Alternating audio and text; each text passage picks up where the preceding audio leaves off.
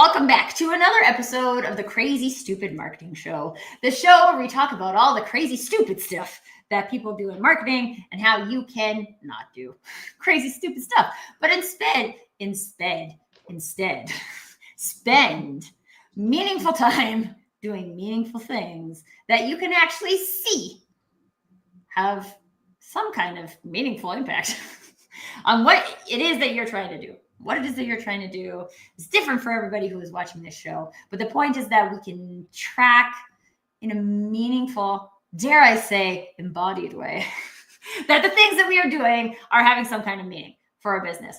And today we are talking about, I'm very excited about this concept, everybody, because we are talking about embodied brand narratives. So there's probably a lot of things that you might have heard about brand narratives. There's probably less things that you've heard about embodiment, depending on what circles you run.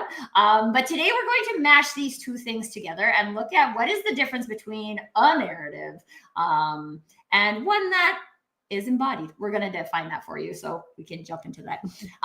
If this is your first time joining us for the Crazy Stupid Marketing Show, welcome. One of the very key things I want to point out for you is this is not just a conversation between the two people that you see on your screen if you happen to be watching the video, but it is a conversation for everyone.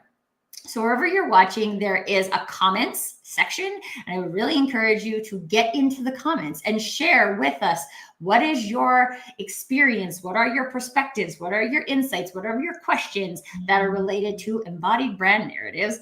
And the more of those that we can incorporate into the conversation, the more robust of a conversation we can all have together. And we all get to take way more info. This is how we learn too, folks. So if you are sitting and watching, please don't sit and watch. Get into the conversation.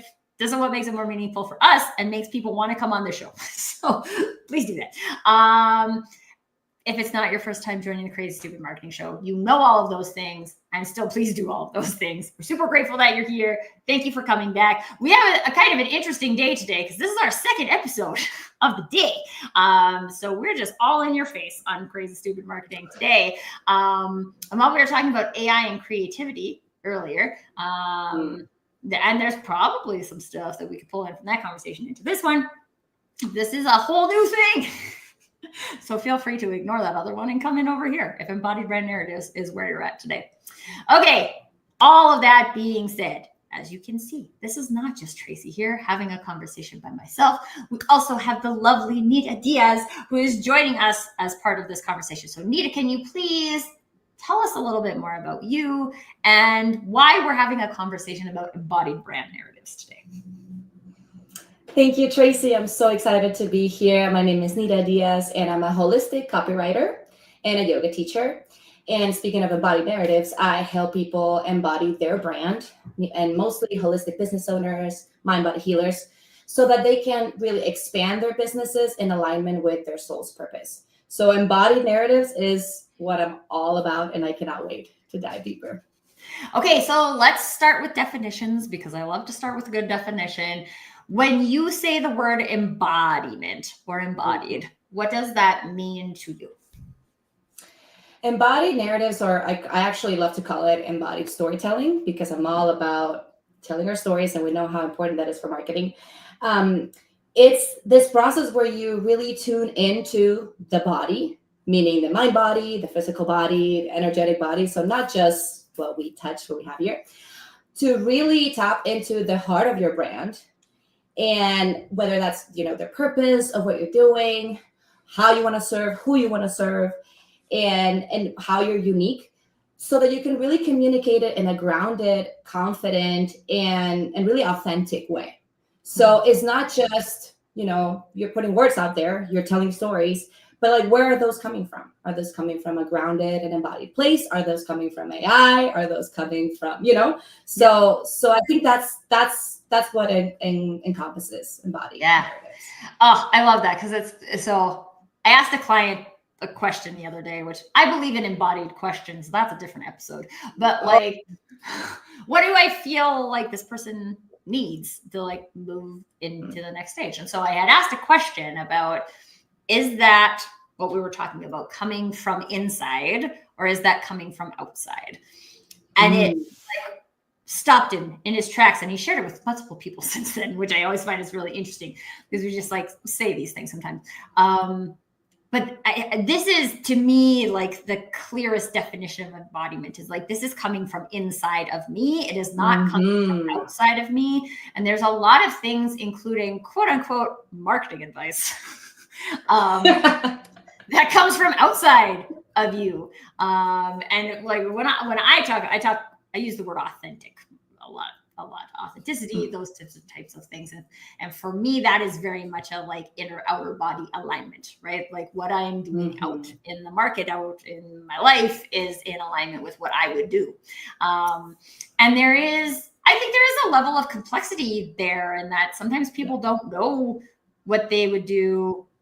And so let's talk about like tapping into from like as a starting point, right? Because I feel, again, like there's lots of information that we can collect from lots of different things, but like, what are some of the ways that you help people like really get tapped into that inner knowing instead of an external knowing? Yeah, beautiful question, because I say tap into, and then people are like, what does that even mean? A lot of this involves, first of all, grounding, because we all live up here, right? And we're all very distracted, and we're all very busy. So I start with grounding practices, and that could be many different things. People ground in different ways. So, and grounding meaning, because again, that's another buzzword, meaning like actually being in the body, like actually. And a lot of people don't know what that feels like, you know, and that could sound like very simple. Well, I'm in my body, sure. But like, whether because of trauma, because of, again, I'm in the mind a lot, or I am distracted, I am overwhelmed, I'm dysregulated. For a lot of different reasons, we're not here now, right? Present, grounded. And so we start with whether that's movement. That's why yoga comes into play a lot. So mindful movement, somatic shaking, there's lots of techniques, or whether that's actually like holding a crystal, and or something that grounds you, or placing your feet on the earth, you know, like there's many different ways where you can be here now. And then from that place, I use a lot of meditation, breathing exercises, also different flows, like I said, like yoga movements. I also do a lot of journaling. I find that, you know, when we do all of these grounding movement practices, a lot of things tend to come out. And so writing them down and like pouring them somewhere, it's another way we can start kind of like getting that from the inside out. And so I think it really depends on what helps you feel in your body, or whether you actually know what that is. And then from there, starting to, like you said, like kind of unfold like all the layers. I think about it as an onion. Like I'm just peeling and peeling and peeling and peeling until like we really tap into, you know, the heart of the brand is what I call it. So really that beautiful light that's within you. Ooh, I love the lightness. I'm writing that down because I want to come back to that. Okay.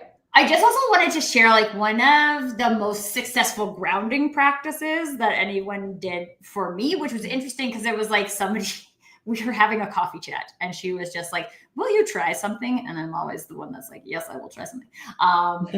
And so like, she was like, put your feet on the ground. Cause I always sit on like one of my feet, right? So like just how I sit. Fun fact for those of you who watch the show.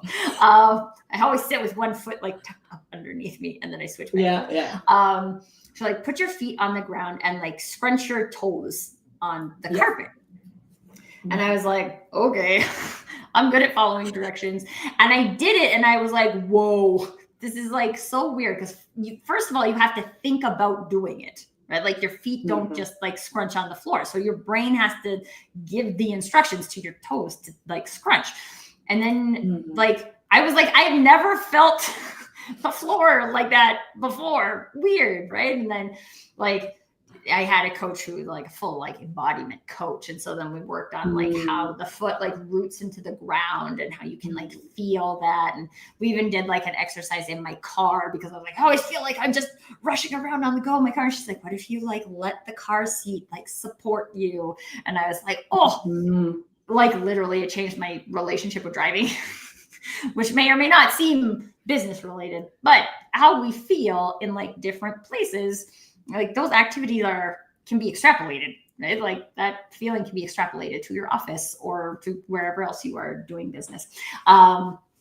So I just wanted to share that, not as in like that is the thing that's going to work for everybody, but it was something that like really like helped me to realize the difference between feeling embodied and not feeling embodied, which I think is one of the like first steps to then investing in going down a path that's like that. Because you also get, I mean, you talk about yoga, you talk about meditation, right? A lot of times we don't associate those types of activities or behaviors with business, right? And maybe a little bit more so with wellness practitioners, right? Because that is what you're selling.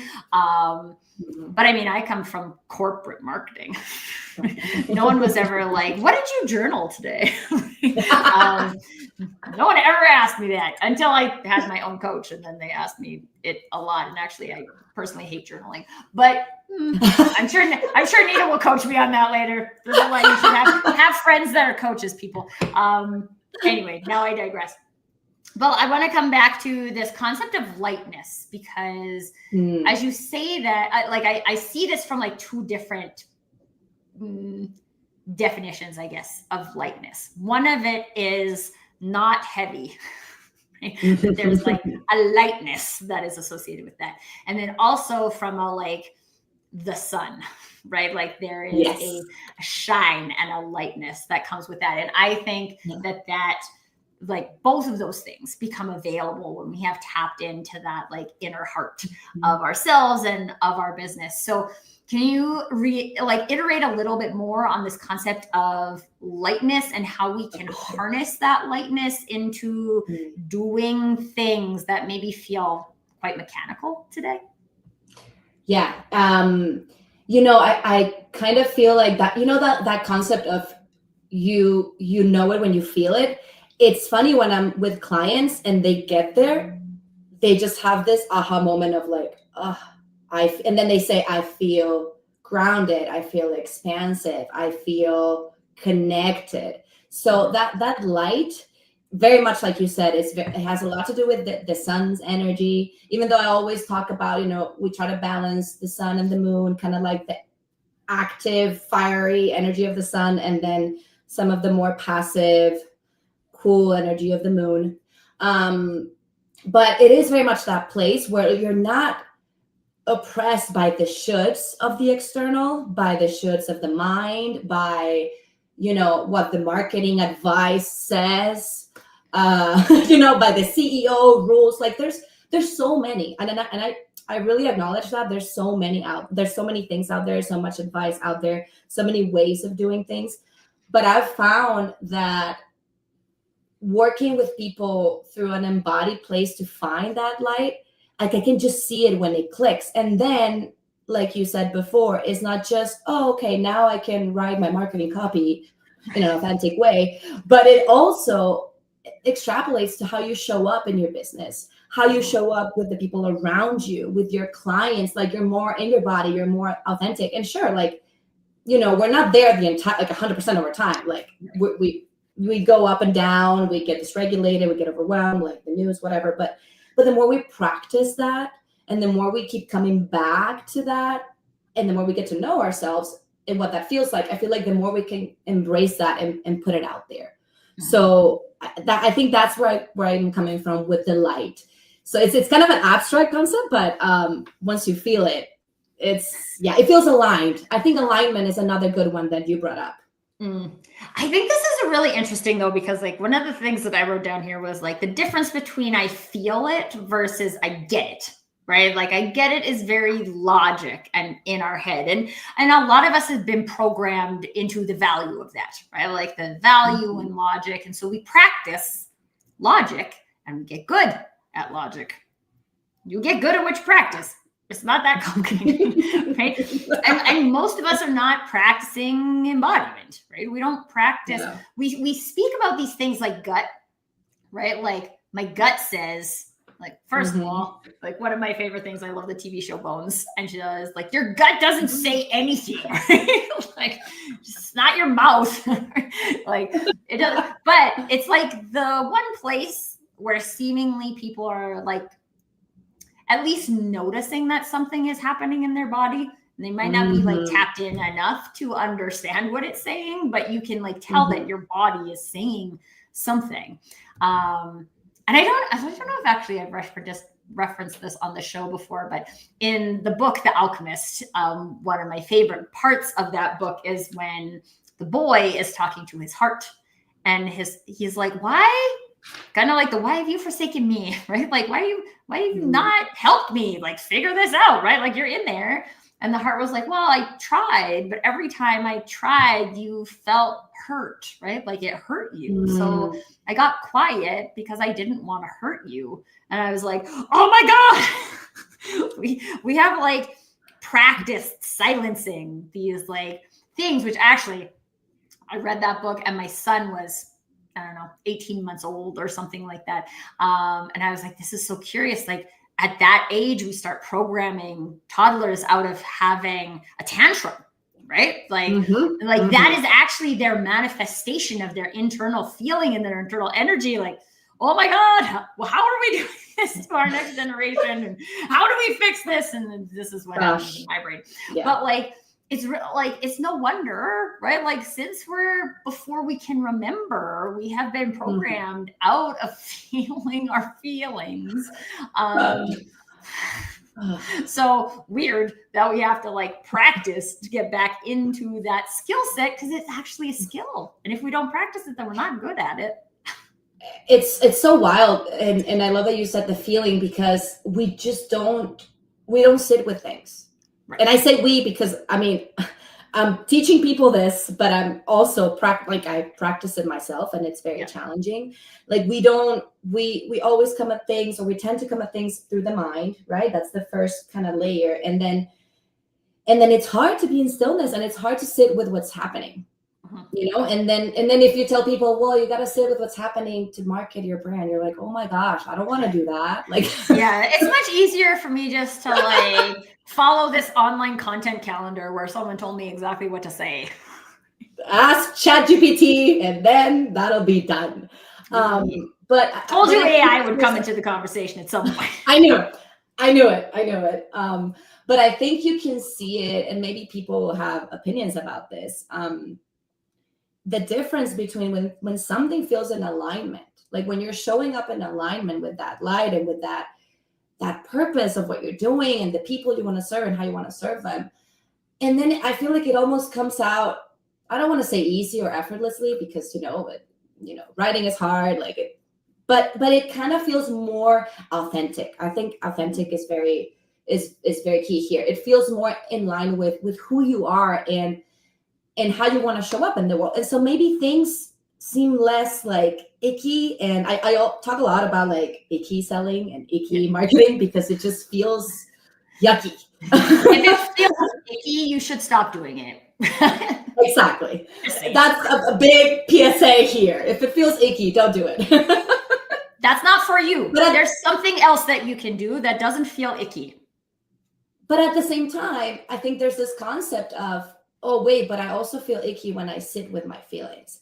So there's like, okay, but maybe not icky in that way, in a way that feels unethical or that feels like you're lying, whatever. But maybe it's just like, ooh, like I haven't practiced sitting with this. I don't know how to do this. I'm restless, and that's okay. And I always tell people this, like, that is okay. That is the monkey mind doing its thing. That is the body getting fidgety. That is okay. And the more we practice, it's like with meditation, the more we can get skilled at feeling and sitting with things and being in the body. Yeah. So I love all of this. And I think it's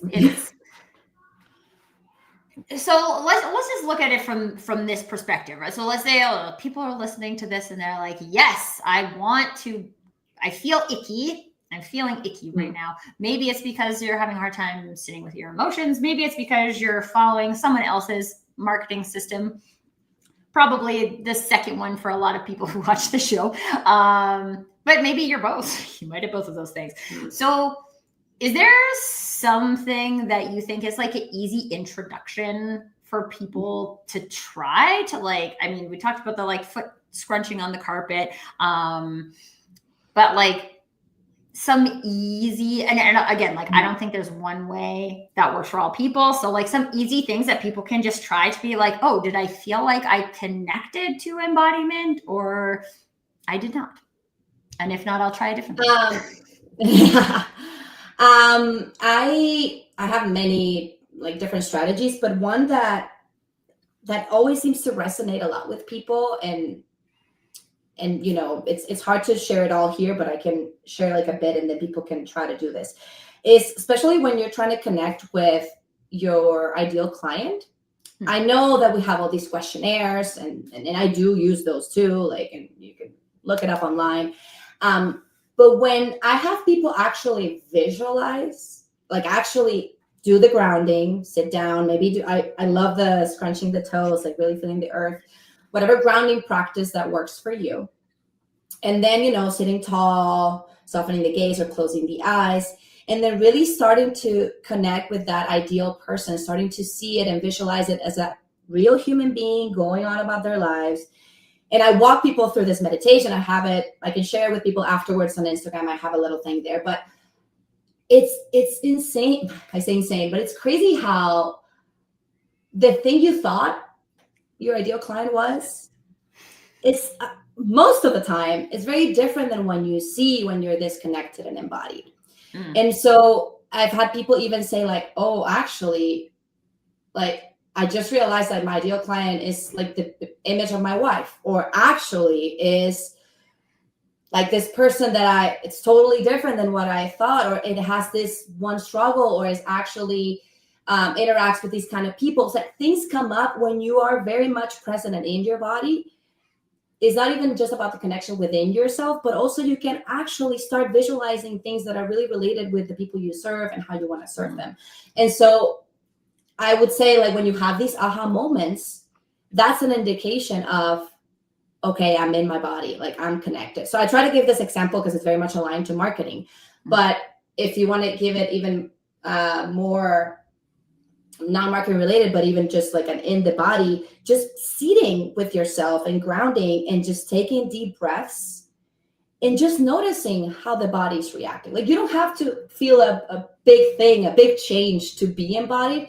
I think it's all about the awareness that you bring into it, and just the noticing and not clearing the mind, because that's really, really tough to do. But just, you know, allowing those thoughts to come and go, and allowing yourself to sit and start noticing what is happening. Like even if you notice, oh, I noticed some tension in my shoulder, like that would call that a win.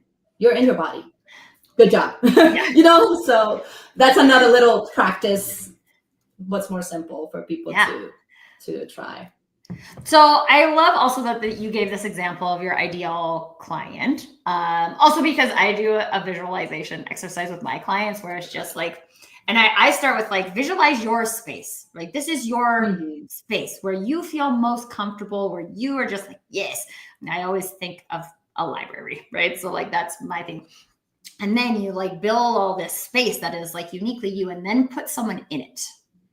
Who did you put in there? Like that. Right? Like, who are you letting into your realness? Because there's a lot of other ways that we can look at ideal client profiles that are not necessarily as helpful. But I also think, so like what we're both talking about is kind of flipping this concept of serving your people around to start with you instead of starting with them. And I think a lot of times people get like distracted by them, right? And then I feel like we are in chasing mode.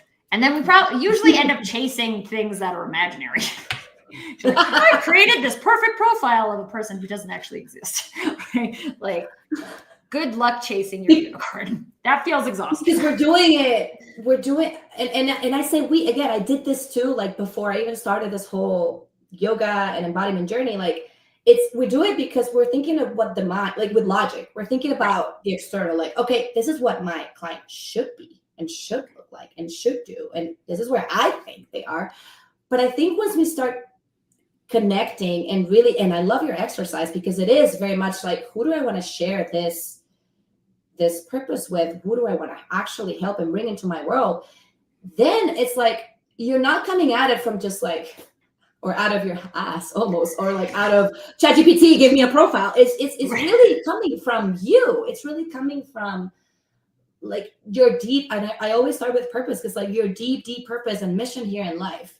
And so like if your deep purpose is actually helping moms, or to say something, it's like, okay, but don't come at it as the mom that your mind just assumes, like the typical profile of the mom. But like really, if you embody it, like what is that mom really going through? Like, where is she? How does she talk to people? Like, what are her deepest desires? Like, versus also, there's lots of moms out there, which is your mom friends, right? Like, I have mom friends, and I have moms that I'm like, I have no interest in being your friend.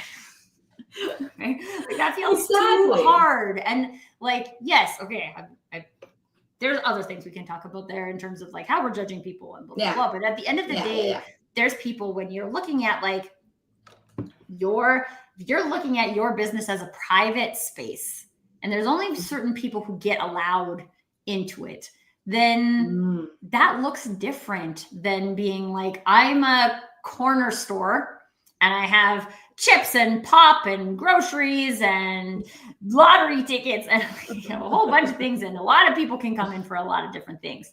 Like, most of us are not that, especially as solopreneurs, expert consultants, right? Like, I'm not a one-stop shop for all of the things you need on your grocery list, right? Like, and most grocery stores aren't.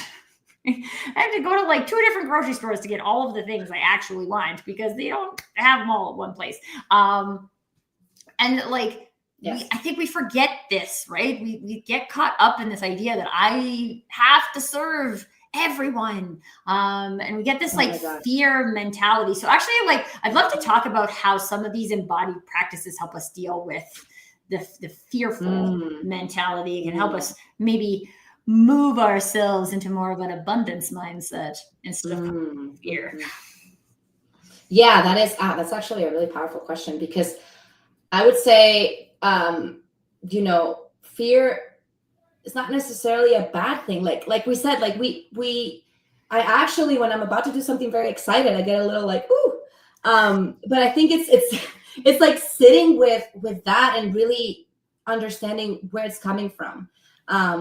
With the fear, with the discomfort even. And I know we get very caught up in serving everyone, because we might think like, oh, maybe this way I will sell more, or I will, grow my business faster, or whatever.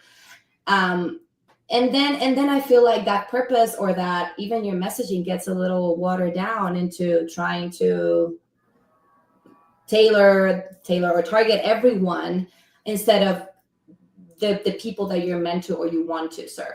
But going back to that fear, I feel like when you're embodied, you actually, and that you have that awareness, those things are naturally going to come up. And I think there's a lot of power in noticing that and acknowledging that. And even journaling. I know you don't love journaling, to see. Journaling works great for lots of people. I am full support of people attempting to journal. But again, like maybe it's finding also the practice that works for you. Maybe you meditate on it. Maybe you write on it. But I feel like that awareness really helps you just kind of dig deep and see where that's coming from. And I mean, I don't want to say this like I'm a therapist, because I'm not. So neither am I. This is a marketing show. But I feel like as business owners, we do come at it with a lot of, and I say myself, even I had a lot of like a scarcity mindset and a lot of fear around, showing up in the world and saying the right things and doing and working with the right people. But I have really noticed a change when I've actually just listened even to that fear, and I'm just like accepting it and being like, okay, like it's okay to be scared. Like it's okay. Like it's we're human. And I think that's another piece of the embodiment, is acknowledging that we're not just machines. Like we're actual human beings serving other human beings. And, you know, marketing is not just again, going with the AI, like this one thing that you press a button and done. Like it takes a lot of relationship building and a lot of being in your body and a lot of things that are not all logical and all up here. It takes a lot of like these warm, soft skills too. And so I think acknowledging the fear and working with it and trying to go deep and see where that's coming from, and then seeing what are some ways that feel more authentic and more grounded to show up, to write your copy, to market your service in a way that's not yucky and that feels more you, really. Yeah.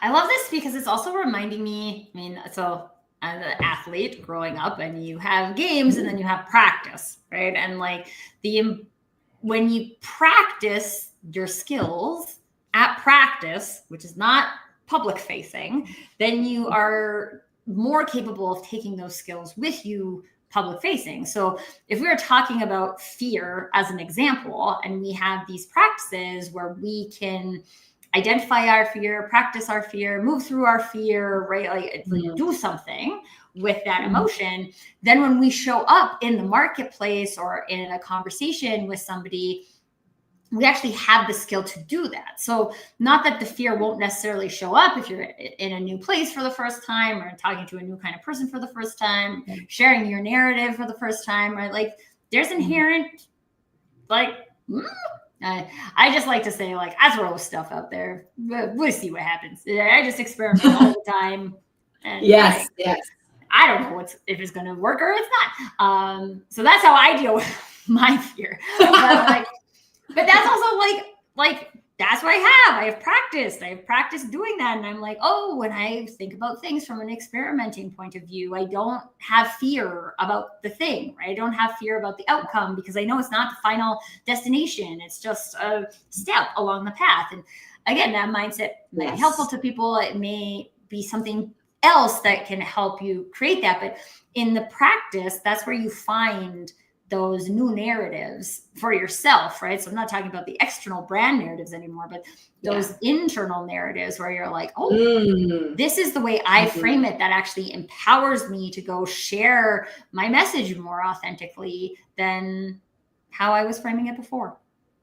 And I think there's power in accepting that marketing yourself and your brand is vulnerable. Like it takes a lot of courage. And I know like sometimes we don't talk about that enough, like showing your face, like doing what you're doing, like going on social and maybe here I'm talking more about maybe the solopreneurs or smaller, not smaller, I don't like calling smaller, but maybe more like you're the face of your brand kind of a thing versus the bigger brands. But I understand. I think it's good to acknowledge that can feel scary, and that is okay. I think there's like we associate fear with that, and it's like no, I don't want to be there. And with like this, we don't want to be uncomfortable. There's another thing, we don't want to be uncomfortable, and so we avoid. We like. I remember this just came to mind, like talking to a local brand, yoga brand actually, that she told me like she just didn't want to show her face on her profile. And I just remember when I saw her profile, it looked very clean and very beautiful, but I was like, this just looks like a bunch of stock photos. Like where's the heart? Where's the light of the brand? Where, like, I want to know you and why you did this, and you can write it all you want, but like, there's just something about the human element and being vulnerable that really, I feel like it connects deeper with your people than just, oh no, I'm not scared. I'm all good. I'm like, this is all great. Everything looks pretty and it's perfect. Right. And I think people notice that. People really do. Well, I think it's a feeling, right? There's activities that humans feel, and there's transactions. Right? And there's some places where it's okay to be a transaction, right? Like, because whatever that is, it doesn't hurt us. But like, one of the things I always struggle with is like taking my car to get serviced, right? Like you're treating me like a transaction and you don't want to be treated like a transaction. So now it's actually the alignment is the problem, right? It's not actually that you're treating me like a transaction. It's that like, I'm not expecting that. And now you're not meeting my expectations by doing that. But I think it's really interesting when we think about this from a show your face point of view, because for a long time, and probably like the pattern of marketing has gone in the opposite direction of that. Like we're layering in AI, we're layering automation, we've got CRM systems, we've got all this kind of stuff. And it's actually seemingly made it less important for you to have a face of your brand. But at the end of the day, if a human is buying what you're selling, then the human is choosing you. They're not choosing your CRM system. They're not choosing your automation. They're not choosing that. They're choosing you. And there are some people, I don't know these people, but I feel like there's always people out there who are like, yeah, I just want it to be, I don't want to talk to a person. I want as much of this offloaded as possible. I know, I don't know them either. I was like, actually, I feel like I was on a round table once with a guy who was saying this, and he's like, I love the Amazon experience. I don't have to talk to anybody ever. And I'm like, okay, well, that's one thing if you want to buy a diaper subscription, but it's a different thing if you want someone to come in and like fix your business, or you want someone to come in and like change your energy through Reiki, or like that is not how those people make those decisions. So if you're like, yes, I love that I can go on to Wayfair and just buy a bookcase and I don't have to go and talk to a salesperson about that. But like, that's not how I make the decisions about every single decision. And if what you're selling, so now what you're making that assumption that because I like to do that with commercial goods, other people want to do that with buying my consulting services, I'm not sure that that's true. So I'm a people, right? We are people. Yeah. What we do is about people. And so like, in order for people to choose us, people have to know us. And I think this is really important too, because when it comes to someone knowing you, I actually said this to someone I was having a coffee chat with earlier today. Is like, nobody knows 100% of me. I don't even know 100% of me because there's subconscious, unconscious stuff going on there. Right? Like, I don't know. So even if I tried to share 100% of me with a person, I couldn't. I could only share what I know today. Yeah. Like, my husband doesn't know the 100% of me. My parents don't know the 100% of me. Like, nobody knows the 100% of me. This is not about showing the 100% of you. It's about showing enough of you, and specifically what you want to show. I love that you want to show. I love that you brought this up, because sometimes I get this question when talking about like embodied storytelling and like what to write on your about page and things like what to share on Instagram. And it's like, you don't, first of all, yes, you don't know your whole self. Like, I feel like we're on this journey of knowing ourselves. And embodiment can help with that. But also, you don't need to share everything about your story until like in like 30 pages of an about page. Like, and this is part of the exercises that we do, is like, it's about identifying the parts of your story and your experiences that really relate to that ideal client once you know who that person is, and to their struggles, to their desires, and to even what entertains them, what matters to them, their values. But if it doesn't have anything to do with that, why would you share? Like, I feel people get really caught up in this, like, my name is Nita. I was born in Venezuela, and then I spent just like going from point A to and I get that, because you want to be vulnerable and you want to be human, but also people don't read and people are distracted. So we have to be very also specific about and clear about what we share, and so that it's the most engaging and impactful thing you can share to connect with people. But sometimes we don't even know what those things are. Sometimes we're like, well, my story, I have no clue, like what would matter to them. And so we have to, that's when embodied like practices work, when we have to start actually getting to know our stories and getting to know what are those pivotal points and those experiences. And this is why ChatGPT may not be great. I will say that again, because they don't know. Like, if you don't even know, how would they know, right? It's like, they can give you a script, like they can give, like, I say they, like it's people behind it. The thing. Well, it's like internet average, right? So it's the internet average of they. The whole It's also AI. not its knowledge, right? It's humans' knowledge mashed up into Yes. a weird version of something that's not yours. That's not yours. Yeah. So like, how can it?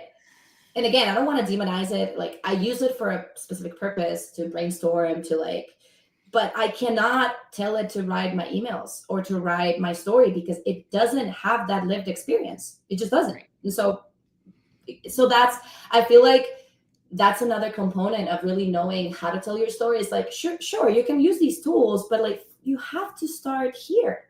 Otherwise, like, how is that really authentic and real? I think this Unless also, you want to go make stuff up. yeah, and there are people who also do that. There's somebody in charge of the United States right now that loves to make stuff up. It is what it is. But okay, let's talk about lived experience though, because I think like one of the things I very commonly experiencing, even like when you're working with bigger brands, there's a lot that goes into like a lot of value that people place in this origin story. But I find for a lot of small businesses, even medium-sized businesses that maybe are more local or things like that, the lived experiences, there's just no value associated with it, right? Like if we don't associate value with our lived experience, then yeah, we're going to go out to ChatGPT and find someone else's story that we think better describes what it is that we do. Except what we do is actually driven by our lived experience. So if we're not going to tap into those stories, then I explained it earlier as like throwing puzzle pieces at somebody, but they're for a whole bunch of different puzzles. Right? And so now I have a whole bunch of pieces and I'm trying to put them together, but I can't because they're not actually for the same puzzle, which is different than I like to look at social media posts as a piece of a puzzle, right? Like this is like a 3,000 piece puzzle. A social media post is one piece. This is not the whole puzzle. First of all, don't make writing that post about telling the whole story. It can't possibly do that. So please stop doing that. But also like, I'm just giving you a piece. But if I can give you like an authentic piece, this is a real authentic piece of the puzzle. Maybe it's an edge, maybe it's somewhere in the middle. I don't actually know what piece at any given moment. But if I can feel really confident saying like, this is a piece, that this is something that I would want someone to know. And if they start to put these pieces of the puzzle together, they're going to find pieces that connect, right? And just like everybody does a puzzle differently, like my brain is always like, you put the edges together first, right? And some, like, I've seen people just build, and I was like, I don't even know how you do this. Or like actually at my grandparents' seniors facility, they have a puzzle and it's really interesting because you can see like, because different people participate in doing it and different people are building a different way. And I'm like, oh, this is so interesting. The human interest is everywhere for me. But like, this is the point, right? Like what could you give them today in this one puzzle piece that feels like a puzzle piece you want to give? It's not me. And also like, I want to like add on to that into this part about like when you're having a conversation with somebody and you just feel called to share a thing, right? Like, I don't know if you ever have that, but I have that lots where I'm like, I don't know, universe is saying that this is the direction the conversation is going. Yes, I have that. That's probably from practicing embodiment. But like when you do that and then all of a sudden somebody is like, oh, it's like you knew exactly what to say, right? And I always use like, I've had a series of miscarriages and I'm like, I don't tell everybody that all the time, right? But if somebody's talking to me about something like that and I can share a story that makes them feel like they're not alone in that moment, then that has the right context. Okay? They're not out there just throwing out things without context, right? I am using myself as the context creator to understand when is this experience relevant and when is this experience not relevant. And a lot of our experiences are not relevant at any given time. That does not mean they don't have value and they're not going to be relevant at a future time. But like, what is relevant today? And that comes from within you. It's not someone else out there who's going to tell you what's relevant to them today.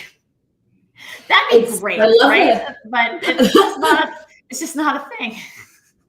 That'd be really nice to have, actually. Yeah. I love It's not the real. context, the context creator framing, because it is like, if you think about it, even when you're doing like your social media posts or even your emails, because I love to weave in a lot of storytelling into my emails, but I'm not just gonna share my story on every single email over and over. Like, you know what I mean? Like, I have to. So this is, I mean, if anyone's interested, but like the process I go through is like, okay, what piece of the puzzle I want to share today? And so maybe tomorrow I'm sending my newsletter and I'll probably share something from this beautiful conversation. But okay, I want to share something about, let's say, like, you know, how the human is choosing me, whatever. And so, or whatever piece that I feel valuable. And so then I try to connect that into a lived experience, a story, or something that from my journey that then makes this even richer. I'm just not spewing like advice just to say it, just to send emails with value, sure, but also engage people, share a little bit about your story while you're doing it. And so it's about connecting those dots and adding the context. And so I'm just not going to share my story without like, why are you sending me this email about, I don't know, your miscarriage? Like how are you adding context to that? Like, how is it because you had a client conversation and then that ties into whatever marketing advice, you know what I mean? So a lot of the marketing work that we do as business owners or as people who are in marketing is like, I feel like, I don't know if people watch It's Always Sunny in Philadelphia, but there's this meme of this guy with like a map behind him and all the like the lines, the threads. I feel like we're always just connecting threads, and it looks insane, but it is like, that's what we're always kind of doing with like these stories and finding the relevancy, the context in it, so that people are like, like you said, like, I needed to hear this today, or this is valuable for me, or I can apply this, or now I get you more. I know you a little bit better. Right. So it may not translate into like an immediate, they bought something, but it just keeps adding pieces to that puzzle little by little. Right. So that maybe one day they are like, oh, amazing, I actually do want to buy from you. Yeah. And like, it probably takes a different amount of pieces of a puzzle for different people to make that decision, right? Like yes, there's some science to marketing, but it's not that scientific, right? It's not like every 5 pieces you give to somebody, they're going to move through the funnel one stage. Sorry, folks, it doesn't work like that. As hard as you try to create knowledge to that degree, not available based on human behavior. I want to dive into like one thing I feel like we're kind of like skirting here, which is the personal value, right? And so I have a client who like is in the process of dealing with this, right? And that like, well, I want to use my email newsletter to create value for other people. Like, you can't know what's valuable to other people, but you can know what's valuable to you. So when you go through that activity, that map activity, and you connect 2 dots, those 2 dots, you don't even know if those have ever been connected before, because your brain saw a similarity between those 2 things that a lot of other brains, if any, saw before. And there's a power in you then appreciating that, like, oh, I found value in like connecting those 2 dots. So I'm going to share with people the possibility of connecting those 2 dots. And maybe that's helpful for them. Maybe it's not helpful for them. Usually it's helpful for like 12 people, and the rest of the billion people on LinkedIn, it's not helpful for, right? But that's, for most of the clients that I work with, that's fine. You want to have more than 12 conversations a week, because I don't know about you, but I can't have more than 12 conversations a week. That's enough. And we get, that's another episode about getting caught up in metrics. And we've done lots of metrics episodes, so you guys can go check out those. But like this value, I think there's it's coming up for me as like making a bet on yourself, right? And saying that like, I saw value here, and so other people will see value there. and just like believing that instead of like finding value, but then questioning whether other people will find value there, which is generally ends up with people not saying what they would say because they're like, I don't think anybody will find that valuable. But the most profound transformations that most people make in other people is from saying what they consider to be very basic. I've said this a million times, and I've said it in probably 800,000 different ways, but it's the same concept. And then all of a sudden you hear it and you're like, oh my God, my world has changed because you said that. And like, that doesn't become available if you don't say the thing. And I say, write. Yeah, say, publish, right. Right. Share with the world. If you're not sharing those insights, also, as I say, insights, right? Like, I think that is a lot of times where our energy comes from. Like, we make those connections and then we're like, oh, that's so insightful. No, but nobody else cares about that. Like, oh man, you just took like all of your energy in this and sucked it back out because of what someone else might think, which you don't even know. They might love it. You don't know. I think it's so crazy too, because it's not just what we write or say. I think it's even going back to embodiment, embodying our own value. I cannot tell you the amount of times where I'm just like, even when I rebranded my copywriting business into being holistic and embodied, I was like, nah, people. First, I was like, this is so cool, and then I was like, nah, people won't know. Like, actually, who's gonna actually want to come meditate and then write? Like, I don't. That, you know, like you start talking yourself out of it, and then like diminishing the value. And I started to realize when I was coming at it from that energy, of course, people were not gonna buy from me, because if I'm already coming, like, you know, like, I bring it with me. Yes. I bring ho-hum energy with me. Why would you do that? Like, I guess embodiment works, but I don't know. I want to try it. Like, that's different than coming at it from like, no, actually, when you tap into yourself, like, you know, so I think it's what we write. It's what we share in conversation. It's what we speak and, like, you know, if we have talks or whatever, podcasts, but it's also how we show up with people, with clients, with prospects. And then like embodying that value. And then maybe someone, like you said, maybe someone will go like, actually, that's not for me. Fine. But then the person that's actually aligned, they're actually like buying it too, because you bought it first. Like, you believe in it. So I love that framing of you bought it first. I feel like this is so critical, right? Like, if you're not going to buy what you're selling, I call it drink your own Kool-Aid, right? Like, this is not, who else is going to buy it? And it, like, to me, it comes up as like, who are we being? And I say this to people all the time. You think there's actually people on Google who are searching for an authentic marketing advisor? No, nobody is looking for that. But what people can get is like a new perspective. This is what I love the show. The show is about new perspectives, right? Like, you can come and you can get a new perspective. I would love, best authenticity practice is to listen for an hour of conversation and be able to very clearly identify what you believe and what you don't believe. I'm not here to give you a whole everything you believe. I'm not you. I don't know what you believe. I can just share with you what I believe.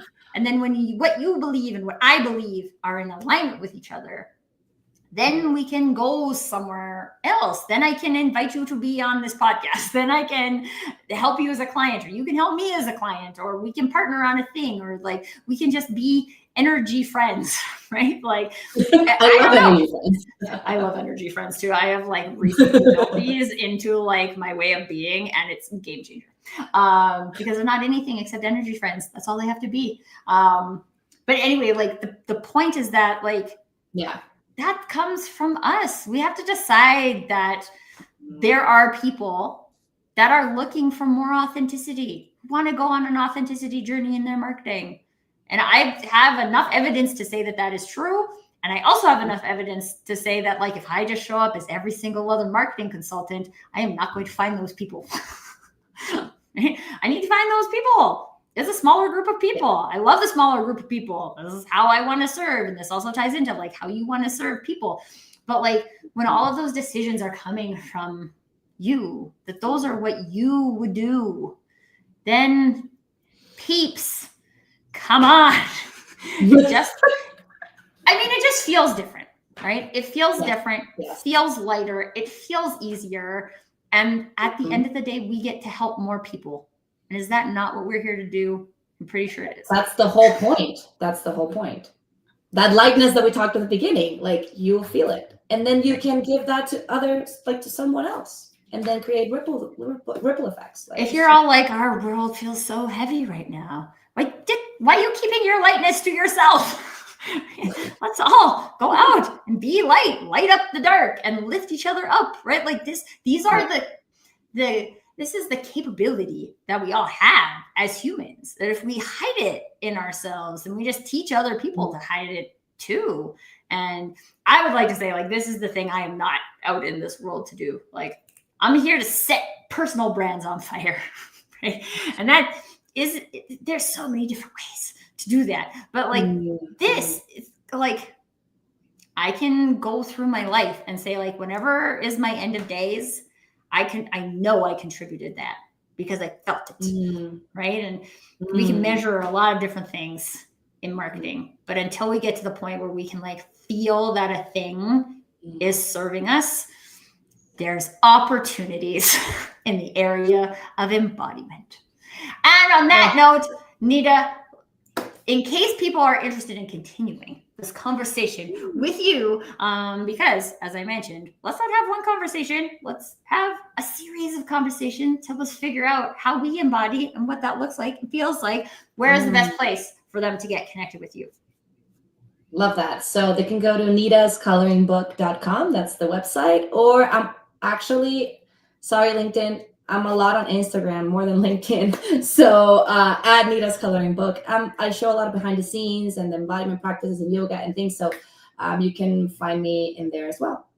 Let's confirm, Nita, is coloring spelt the Canadian way or the American? Thank you. I was just going to say it's the American way. I'm sorry. Okay. There's no you. So just so you know, there's no you. There's no you. If you are watching in Britain or you are watching in Canada, there is no you in Coloring Book. Thank you for that. We can put the link in the chat later too, so that people have access to that. But Nita, thank you so much. I mean, I feel embodied in this conversation. So hopefully we created that opportunity for some others as well.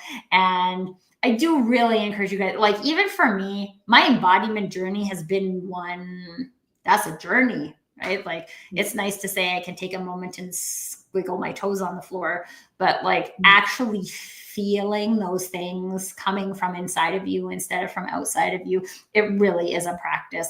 So get into the conversation with Nita, get into the conversation with me, get into the conversation with each other, and practice, right? Find a place where you can practice that. I have some other great resources too that this is Nita's episode, so she's going to get it. But like, if there's other embodiment peeps that you might be interested in, I have some other embodiment peeps too. Maybe we should do a panel conversation on embodiment, actually. Yes. I would love that. That would be good. Okay, stay tuned for that. It'll be sometime in the new year because we're all booked up for this year.